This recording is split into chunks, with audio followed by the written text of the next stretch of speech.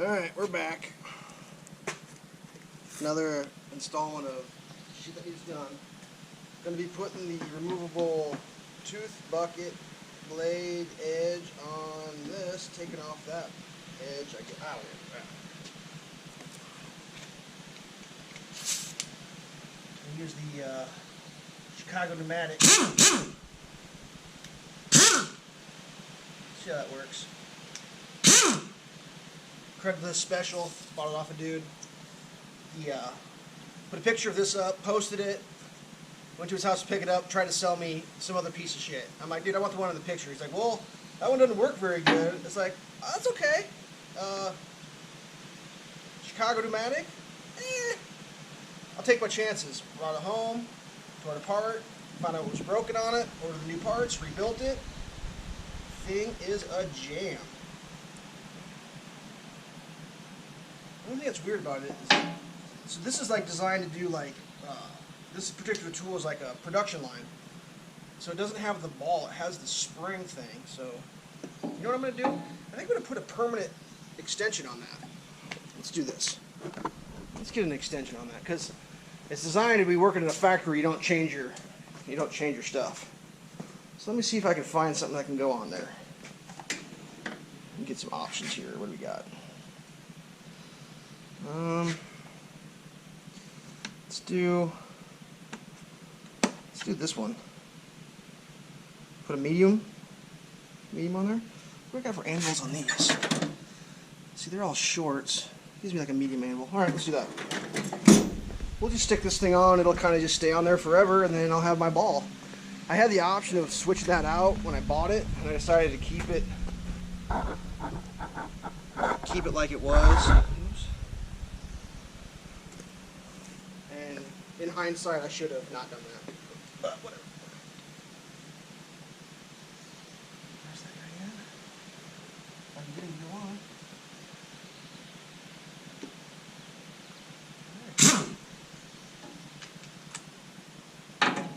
Let's party.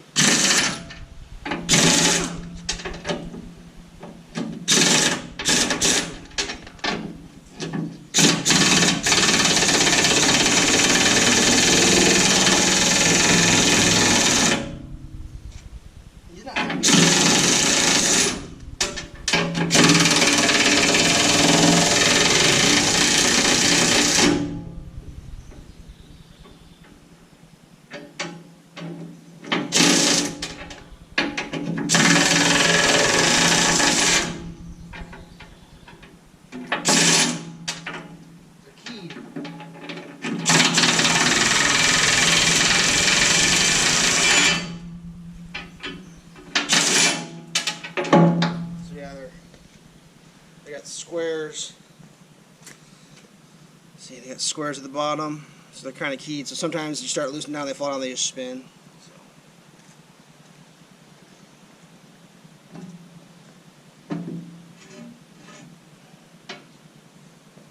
So this cutting blade's reversible.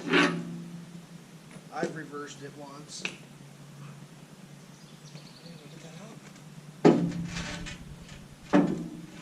Nope. Stuck. Alright. Lift up a tiny bit.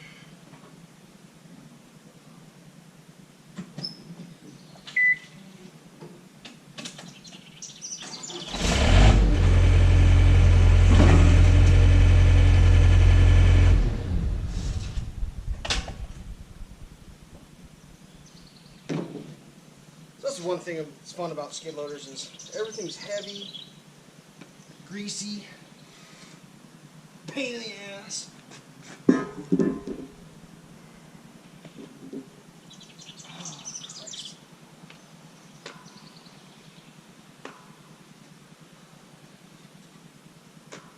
Lose my sets.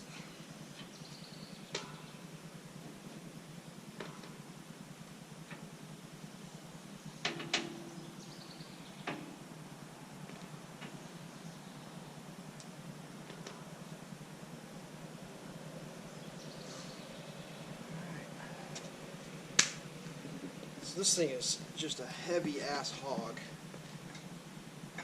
Of course. it's just going to come off easy. It'll be a challenge. And it's like, what is this thing? 15/16? I mean, come on. Really? Really? You're going to do 15/16? Yeah. I mean, it's just, whatever. 15/16. Do an inch, buddy. I mean, who's designing your shit? 15/16. I mean, yeah, I've got a 15/16, but like, if I was buying wrenches, it wouldn't be the first one I bought. 15/16. Bullshit. Alright, let's see if I can remember how to do this. To be honest with you, I don't think I've ever done this by myself, so.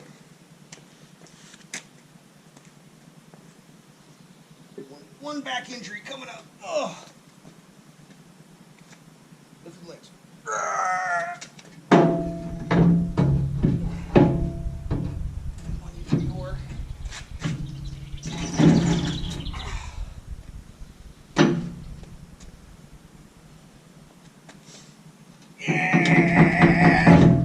I even wrote 15/16 on there. How about that? Just got to remember to read my note next time. I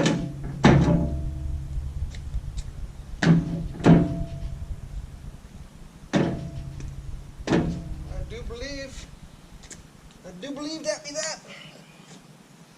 So when this thing came, there was no hole. I had to drill that hole.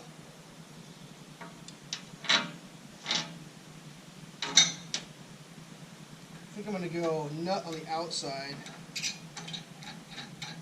Maybe? Yeah, nut on the outside. Should keep it from getting damaged as easily. Potentially.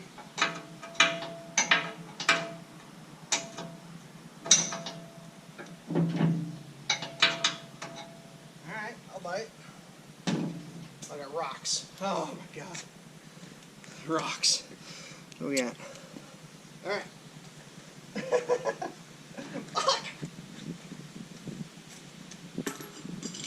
There's like a little bit of gravel right there. Yeah, whatever.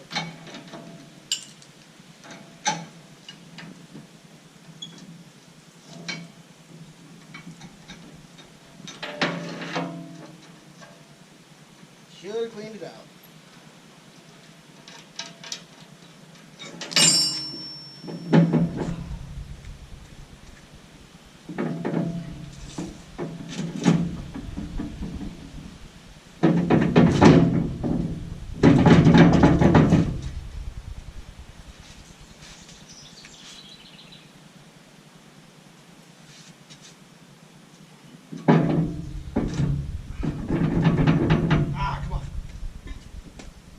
Cooler, you just go in. So if I remember right, when this was first purchased, came on a obviously 18-wheeler, and the company it was purchased from decided, for whatever reasons, that this in fact was not what we wanted. We didn't want a 66-inch tooth bar to go on a skid loader. We wanted a tooth bar that went on a fucking payloader. So they decided they just shipped us one of those instead. And it was like, open the door to the truck and it's like, that's not right. Oh yeah. No. That's not right. So the poor truck driver sitting there and be like, yeah buddy, that's what they shipped you. And it's like, well, there's no point in unloading it because I don't own a goddamn payloader. And that's payloader tooth bucking tactic. So, yeah, somebody who's not me fucked up. Whatever. It went back. And eventually the right one came. Without a whole lot of instruction, to be honest with you. That's how life goes sometimes. I guess it's assumed that you know what you're doing if you're doing this. Which is a pretty big assumption, in my opinion. Whatever. very few ask me my opinion.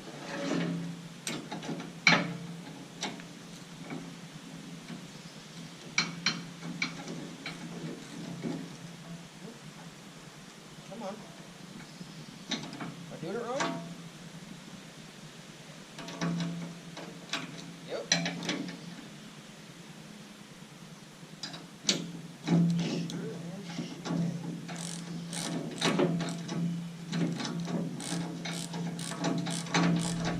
You may ask yourself, why don't you use the impact driver? Because I've seen things go extraordinarily wrong with an impact driver. I only use impact drivers for taking things off. And it can go wrong that way too. I mean, I'm being honest with you. But on, over tighten, snap bolts. You could snap bolts taken off too. I mean, I'm not saying you can't do that.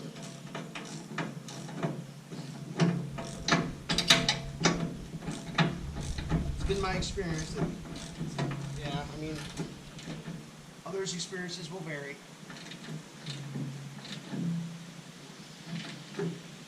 I know you can set torque limiters and all that shit, but whatever. Greasy hands. Alright. So, that is a tooth bucket now, and that thing rages. I'm not even gonna lie. With this tooth bucket, this thing rages. So it may not be obvious, but like that's a super oversized bucket. It's actually not a dirt bucket. It's a utility bucket. What do they call it? Over here. Sorry. It's a 66-inch utility bucket with edge. Kind of designed for what would you call it? Light materials. But for whatever reason, when this machine was bought, this is the bucket that was decided that would come with it, because looked at the strength rating, the breakout force, and all that. It was like, dude, this thing could have a big bucket. Well, unfortunately, I've managed to break the bucket. Let's see if I get that. I've broken the bucket. Took it to a guy. He fixed the bucket. Well, he didn't fix it very well because it broke again. So the bucket's a little loose. One of these days, I'm gonna get the. I mean, this is why I bought a welder. To be honest with you, this is the absolute thing. It's like, dude, we paid all that money for a dude to do that, and it just broke again. It's like, I mean, these are nice, but like, that's where the pressure is. That's where the gussets should have been. It's like, what are you thinking, buddy? So I might probably have to come in here, plasma cut that, sledgehammer the fucker back into straight, because it's out. I don't know if you can see that. It's out. It's crooked. I don't even know if it's fixable. But I mean, it still digs. It's just a little loose. But this, I mean, this machine can handle the bucket, no problem. Just their weak ass fucking steel couldn't handle it. That was the problem. Anyways, one disadvantage is this bucket's so tall. Oh, my camera's scratching. Sorry, I gotta do this. There we go. The bucket's so tall, you literally can't see the cutting edge. Not even making that up. So I basically learned to operate a skid loader on this machine without being able to see the blade, so I can run it by touch. I can run it by RPM, load, hydraulic sound, and touch. And I can do just fine with this machine without even be able to see the blade. But with this on, it digs like a banshee. Even without it, it digs pretty good. Oops, it digs pretty good. So I basically learned how to run a machine by braille. If I could actually see the blade, oh my god, I don't imagine what I could do with that. But yeah, built a house a few years back, and the ground got so compacted with all the concrete and heavy machinery that drove up and down the road we had to put in to get to it was a house on top of a hill. Anyways, it was so compact I couldn't even barely get it to cut with a straight blade. So I was like, oh, guess we're getting a tooth bucket. Bam, thing rages. So anytime I gotta do some serious dirt digging, bucket gets tooths. Just for moving dirt, no big deal. Dug dirt, don't need it. But for cutting dirt, oh yeah, that's where it's at. So enough rambling. Went a little long. I'll get these in here. The new acquisitions. Stay safe, kids. Yeah. Peaceful protest. I'm not sure if that's the new word for riot or if riot means peaceful. I don't know. Be safe, though. Stay safe.